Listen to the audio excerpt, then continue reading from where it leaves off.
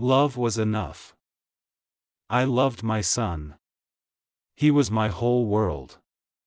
But what do you do when your son wants to find another father, a father who only gave him blood? Is love enough to keep him? My name is David. I have a son named Sam. Sam is a great kid. He is 17 years old. I am not his real father. I am his stepfather, but I love him like my own son. His real father left him. He left when Sam was a baby. I met Sam's mother, Sarah, when Sam was 2. Sarah was a wonderful woman. We fell in love. We got married. I became Sam's father. I raised him. I taught him how to ride a bike. I helped him with his homework. We were a happy family. Then Sarah got sick. The doctors could not help her. She died 5 years ago. It was a very sad time. Sam and I were alone. But we had each other. We became even closer. He was my son, and I was his dad. That was enough. One evening, Sam came to me. He looked serious. He sat down next to me on the sofa. I was watching TV. I turned it off. He said, "Dad, I need to talk to you." I was worried. He looked very unhappy. I asked, "What is it, Sam? Is everything okay?" He took a deep breath. He said, "I want to find my biological parents." His words hit me like a stone. I felt a sudden pain in my chest. I did not know what to say. My son asked me a question that broke my heart. He wanted to find the man who left him. Why was I not enough for him? All these years, I gave him all my love. Now he wanted someone else. I tried to stay calm. I asked, "Why, Sam? Why now?" He said, "I'm almost 18. I need to know who I am. I need to know where I come from." I looked at his face. He was so serious. He really wanted this. A terrible fear grew inside me. I was afraid of losing him. What if he found his real father? What if he liked him more? What if he left me? This fear was like a dark cloud over my head. I felt another man was stealing my son. I said, "Sam, I am your father." My voice was shaking. He looked at me. He said, "I know, Dad. You're the best father. But he's my biological father. It's different." Those words hurt a lot. Different. It meant I was not his real father. It meant our bond was not enough. I felt angry. I felt jealous. I did not want him to find that man. That man was a stranger. I had a terrible choice to make.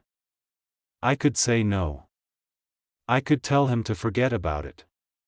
But that would make him angry. He would not understand. He might hate me for it. Our relationship would break. Or I could say yes. I could help him. But that would be very painful for me. I would have to help my son find another man to call father. It was the hardest decision of my life. Was I strong enough to do this? For a few days, we did not talk much. The house was quiet. It was a sad quiet. I thought a lot. I thought about Sam. I thought about our life together. I remembered all the happy moments. I loved him so much. His happiness was the most important thing.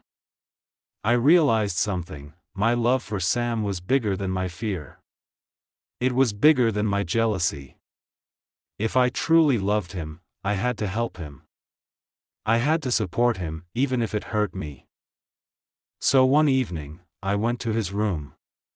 He was sitting on his bed, looking at an old photo of his mother. I sat next to him. I said, "Sam, I will help you." He looked at me with surprise. He asked, "Really, Dad?" I nodded. I said, "Yes. We'll do this together." A big smile came to his face. He hugged me. He said, "Thank you, Dad. You're the best." In that moment, I knew I had made the right choice. My son was happy. That was all that mattered. The search was not easy. We did not have much information. We only had a name, Michael. We used the internet. We made many phone calls. It took many weeks. Every day, I felt a mix of hope and fear. I hoped we would find him for Sam's sake, but I was still scared. What kind of man was he? Why did he leave his son? Finally, we found him. He lived in another city, a few hours away. Sam was very excited. He wanted to meet him right away. I was nervous. My heart was beating fast. We drove to the city. Sam was quiet during the drive. I could see he was nervous too. I put my hand on his shoulder and said, "It will be okay. I'm here with you." He smiled at me. We reached the address. It was a small, old house. We walked to the door. Sam took a deep breath and knocked. A man opened the door. He looked older. He looked tired. Sam said, "Are you Michael?" The man nodded. Sam said, "I'm Sam. I'm your son." Michael's eyes grew wide. He was shocked. He just stared at Sam. He did not say anything. We went inside. The house was messy. Michael offered us a seat. He was very quiet. Sam started asking questions. He wanted to know everything. Michael's story was sad. He was young when Sam was born. He was scared. He had no job and no money. So, he ran away. He was not a bad man. He was just a weak man. He made a big mistake. He looked at me and said, "You raised him. You are his father." He had tears in his eyes. He said to Sam, "I'm sorry. I was a coward. David is your real father. He was there for you." I saw the look on Sam's face. He was not angry. He was sad. He saw the truth. His biological father was just a man who made a mistake. He was not the hero Sam imagined. We drove back home. Sam was very quiet. When we got home, he turned to me. He hugged me tightly. He said, "Dad, thank you. Thank you for everything.